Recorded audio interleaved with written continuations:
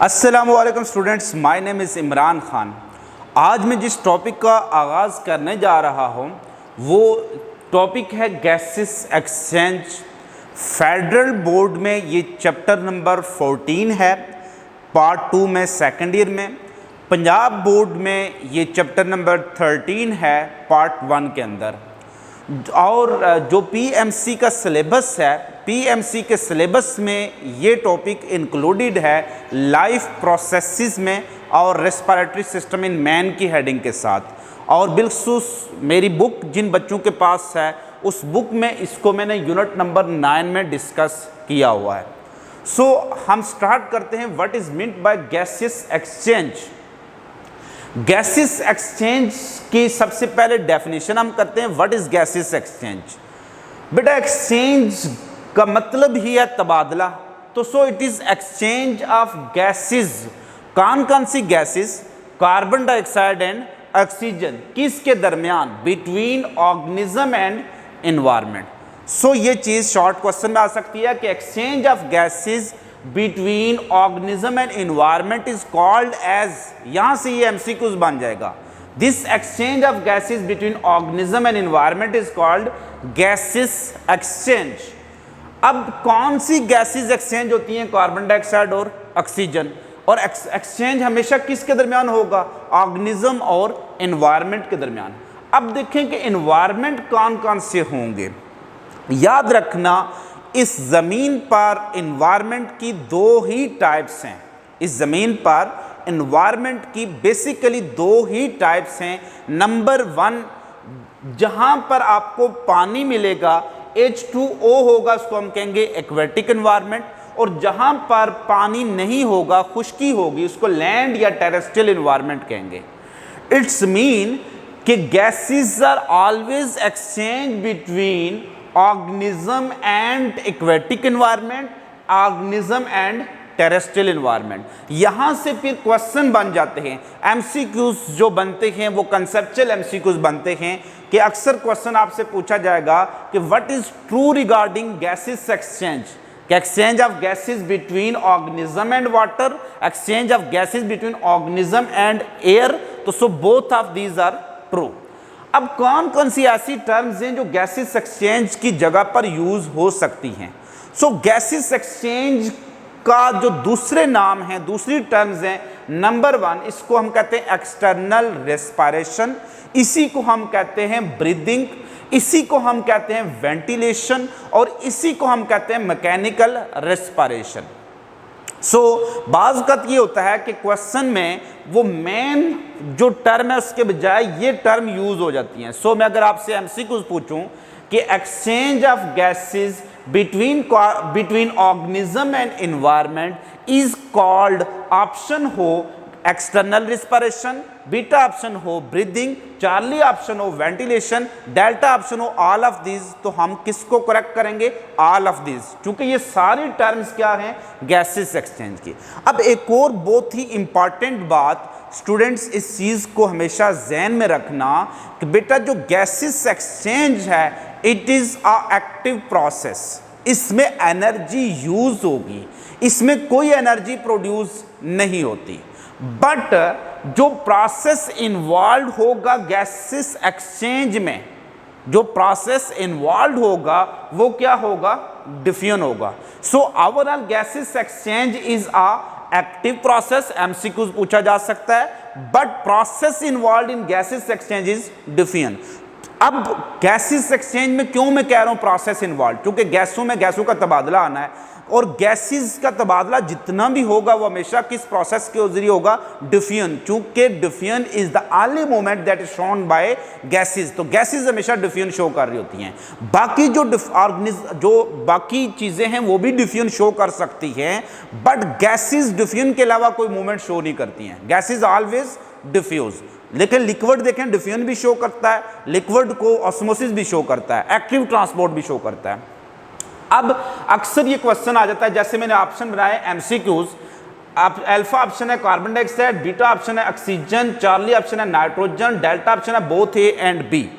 Question आपसे पूछा जाता है कि which one of the following gas is involve in gaseous exchange, कि which one of the following gas is involve in gases exchange, तो बच्चे जहन में रखते हैं कि सिर्फ ऑक्सीजन ही इन्वॉल्व होती है, कुछ जहन में रखते हैं सिर्फ कार्बन डाइऑक्साइड इन्वॉल्व होती है। तो सो याद रखना, बोथ कार्बन डाइऑक्साइड और ऑक्सीजन these are exchange during the process of gases exchange. यही क्वेश्चन कंसेप्चुअल में बना देता हूं, which one of the following gas is not exchange during the process of gases exchange, during the process of breathing, during the process of ventilation, which one the following gas is not exchanged? तो nitrogen. Which one of the following gas is very important in maintaining the partial pressure during the transport of gases and exchange of gases? तो फिर बेटा nitrogen है। Nitrogen एक inert gas है, कोई reaction नहीं करती, कोई इसका दूसरा काम नहीं है, सिर्फ पार्शियल प्रेशर को मेंटेन रखती है। सो नेक्स्ट हम देखते हैं कि हमारा जो टॉपिक है वो है रेस्पिरेटरी मीडियम। अब बेटा देखें कि होता यह है कि गैसों का तबादला होना किसके दरमियान, ऑर्गेनिज्म और एनवायरनमेंट के दरमियान। एनवायरनमेंट क्या होगा, एक्वेटिक या टेरेस्ट्रियल। एक्वेटिक एनवायरनमेंट में क्या होगा, पानी। टेरेस्ट्रियल एनवायरनमेंट में क्या होगा, एयर। इट्स मीन जो भी गैसों का तबादला होना है, जिस मीडियम के थ्रू होना है, जिससे गैसें लेनी हैं या जिसको गैस देनी है, वो या एयर होगा या वाटर होगा। अब हम देखते हैं कि एयर या वाटर में से बेटर रेस्पिरेटरी मीडियम कौन सा है। ये चीज शॉर्ट क्वेश्चन में पूछी जा सकती है कि air is a better respiratory medium, explain it. या क्वेश्चन ऐसे पूछा जा सकता है, what are the advantage of air over water in process of gases exchange. Air is a better respiratory medium, discuss it. ऐसे क्वेश्चन आ सकते हैं। अब बेटा देखें कि जो गैसों का अंदर किसी भी ऑर्गेनिज्म के अंदर जाना और बाहर निकलना है, इस प्रोसेस को हम क्या कहेंगे, वेंटिलेशन या ब्रीदिंग। इस प्रोसेस को क्या कहेंगे, वेंटिलेशन या ब्रीदिंग। और याद रखना कि जिस चीज की वेंटिलेशन आसान होगी, हमने गैस लेनी है क्या, कार्बन डाइऑक्साइड या ऑक्सीजन लेनी है, इन गैसों का तबादला करना है, किस से करना है, एयर से करना है या वाटर में से करना है। इन दो में से कोई एक चीज सिलेक्ट करनी है। अगर पानी में ऑर्गेनिज्म रह रहे हैं तो वो पानी से लेंगे ऑक्सीजन और कार्बन डाइऑक्साइड उसको देंगे, और अगर खुश्की पर रह रहे हैं तो वो खुश्की से ऑक्सीजन लेंगे और कार्बन डाइऑक्साइड देंगे। अब हम देखते हैं कि air is better respiratory medium या वाटर। जिसकी मूवमेंट इनसाइड और आउटसाइड आसान होगी वो बेटर रेस्पिरेटरी मीडियम होगा। तो इस लिहाज से अगर हम देखें तो air is a better respiratory medium, क्योंकि इसकी वेंटिलेशन क्या होती है, आसान होती है। क्यों आसान होती है, क्योंकि हवा की विस्कोसिटी कम है, हवा की डेंसिटी कम है। मैं एक मिसाल देता हूं, आप एक बैलून के अंदर पानी भी भर दें और उतनी ही हवा भर दें, आप उसको पंक्चर कर दें, एक धमाके के साथ हवा सारी निकल जाएगी, लेकिन पानी 1 बाय 1 ड्रॉप गुजरेगा। क्योंकि पानी की विस्कोसिटी डेंसिटी ज़्यादा है, वो 1 बाय 1 मूव करेगा और उसको वेंटिलेट होने में टाइम लगेगा, लेकिन हवा आसानी से अंदर बाहर जा रही है। आप पानी पीते हैं, आप देखें आपको फील होता है, लेकिन सांस लेते हैं फील नहीं होती, चूंकि पानी की विस्कोसिटी ज़्यादा है, वो गुजरते हुए आपको वो प्रॉब्लम कर रहा है।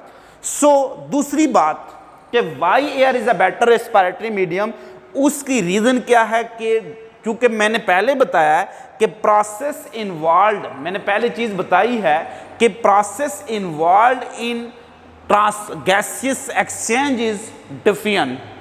डिफियन का रूल क्या है, movement of molecule from higher concentration to lower concentration is called as diffusion. movement of molecule from higher concentration to lower concentration is called diffusion।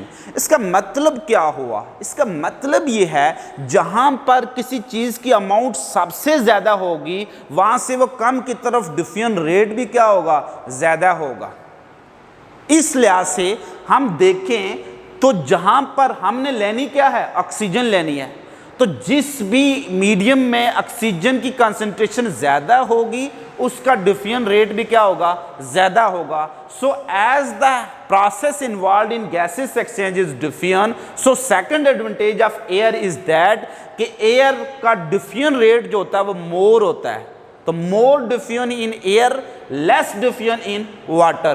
क्यों, अगर ये क्वेश्चन कंसेप्चुअल पूछा जाए कि air show more diffusion because high oxygen content, air में oxygen की value हमेशा क्या होती है, ज़्यादा होती है। और कितनी होती है, मैं आपको एक हिंट बता रहा हूँ, बहुत इंपॉर्टेंट हिंट बताने जा रहा हूँ बेटा। हवा में ऑक्सीजन की परसेंटेज कितनी है, 20 to 21%। बायोलॉजी में याद रखना percent is equal to ml, percent is equal to 1% is equal to 1 ml। तो हवा के अंदर ऑक्सीजन की अमाउंट कितनी है, 20%। तो सो इसको ml में कन्वर्ट करेंगे तो क्या होगी, 20 ml। परसेंट किस में से होता है, 100 में से होता है। सो 20 ml पर 100 ml ऑफ एयर। 100 मिलीलीटर हवा में ऑक्सीजन कितनी होगी, 20 मिलीलीटर। ऑक्सीजन की कंसंट्रेशन हवा में क्या है, ज्यादा है। सेकंड वन, अब यही चीज आप देखें कि वाटर में लो ऑक्सीजन कंटेंट है। कितना ऑक्सीजन कंटेंट कम है, लेस देन 10 ml। तो 100 ml वाटर में 10 ml से भी कम क्या आपको मिलेगी, ऑक्सीजन मिलेगी। नेक्स्ट जो दूसरा है लेस डेंस, हवा की डेंसिटी कम है। आप देखें कि आप एक पूरी हवा से भरी कुछ भरा हुआ सिलेंडर आप नीचे फेंक दें, हवा सारी ऊपर गायब हो जाएगी। लेकिन पानी की बाल्टी फेंकते हैं तो पानी नीचे ही रहता है। क्यों, पानी की डेंसिटी ज़्यादा है, वो ज़मीन पर रहता है। हवा की डेंसिटी कम है, हवा में ऊपर फजा में चली जाती है। सो डिफ्यूजन रेट का ताल्लुक इन्वर्सली रिलेट होता है डिफ्यूजन रेट किससे, डेंसिटी से। इसलिए जितनी डेंसिटी कम होगी इतना डिफ्यूजन रेट ज़्यादा होगा। तो ये कहा जाता है कि पानी जो होता है वो हवा की निस्बत 8000 गुना ज़्यादा डेंस है। इसलिए पानी का जो डिफ्यूजन रेट है हवा की निस्बत 8000 टाइम लेस होगा। सो हवा का जो डिफ्यूजन रेट है वो 8000 टाइम मोर होगा देन वाटर। नेक्स्ट लास्ट चीज जो है वो है less viscous, viscosity. Friction between the layers of moving fluid is called viscosity. ये जो फ्रिक्शन होती है ये जितनी ज्यादा होगी ये वेंटिलेशन में प्रॉब्लम क्रिएट करेगी। सो आप देखेंगे कि हवा लेस विस्कस है, मैं हवा सांस ले रहा हूं मुझे फील ही नहीं हो रही, लेकिन मैं पानी का गिलास लेता हूं जहां जाता है वो महसूस होता है कि पानी जा रहा है, क्योंकि पानी की विस्कोसिटी फ्रिक्शन ज्यादा है एज कंपेयर टू एयर। तो पानी कितना विस्कस है, वो 50 टाइम मोर विस्कस है। यही चीज एमसीक्यूज में पूछी जा सकती है। मोर ऑक्सीजन, मोर डेंस, मोर विस्कस, ऑल या बोथ ए एंड बी के लिहाज से ऑप्शन आ सकता है। क्वेश्चन आपसे पूछा जा सकता है कि air is better respiratory medium because it contain more oxygen. क्यों एयर बेटर, क्यों मोर ऑक्सीजन है। लेस डेंस, मोर डेंस वाला ऑप्शन रॉन्ग है, मोर विस्कस वाला ऑप्शन रॉन्ग है। अब अगर यही क्वेश्चन पूछा जाए कि water is not a better respiratory medium because, तो फिर आंसर क्या होगा, water is more dense, more viscous. तो ऑप्शन आंसर क्या होगा, बोथ ए एंड बी। तो यहां तक आप देख सकते हैं कि ये सिर्फ इंट्रोडक्टरी पेज है हमारा जो गैसेस एक्सचेंज का है। एंट्री टेस्ट में जो सिलेबस शुरू होता है वो रेस्पिरेटरी सिस्टम इन मैन से शुरू होता है, लेकिन चूंकि उस सबको समझने के लिए ये एक बेसिक कंसेप्ट है, ये ज़रूरी था, इसलिए मैंने मुनासिब समझा के स्टार्ट ही यहाँ से किया जाए। आपसे मुलाकात होगी नेक्स्ट वीडियो के साथ। खुश रहिएगा, खुश रखिएगा, दुआ में याद रखिएगा। मिलेंगे एक छोटी सी ब्रेक के बाद। अल्लाह हाफिज़, अल्लाह नेगहबान।